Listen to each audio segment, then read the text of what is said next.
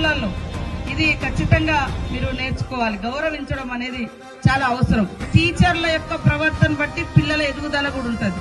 తల్లిదండ్రుల యొక్క క్రమశిక్షణను బట్టి పిల్లల మీద కూడా ఉంటుంది. కాబట్టి తొలి గురువు తల్లిదండ్రులు అయితే మలి గురువు బడి. ఈ బడిలో ఎక్కువ కాలం ఉంటాం. ఈ బడిలో టీచర్స్ యొక్క ప్రభావం రిఫ్లెక్ట్ అవుతా ఉంటుంది. సో మనం చేసే ప్రతి అడుగు, వేసే ప్రతి అడుగు, చేసే ప్రతి పని ఇది మన పర్సనల్ కాదు. ఇక్కడ ఉన్నటువంటి 400 మంది స్టూడెంట్స్ కు సంబంధించింది. మంచి ప్రవర్తనను పెంపొందించుకోవాలి. చదువు అనేది చాలా చాలా సెల్ఫ్ రెస్పెక్ట్ ఇస్తుంది, సెల్ఫ్ కాన్ఫిడెన్స్ ఇస్తుంది, సమాజంలో మనకంటూ ఒక గౌరవాన్ని ఇస్తుంది. అడవిలో ఉన్నా కూడా నేను రోజు జ్ఞానాన్ని పెంచుకునేది, చరిత్ర చదివేది, సమాజానికి ఏం చేయాలనేది చదివేది. చదవడం మాత్రం ఎక్కడ ఆపలేదు. మీరు చదువుకునే సబ్జెక్ట్ లో ప్రతి చోట మంచితనం ఉండాలి, ప్రవర్తన బాగుండాలి, కోపం తగ్గించుకోవాలి, ప్రేమను పంచాలి.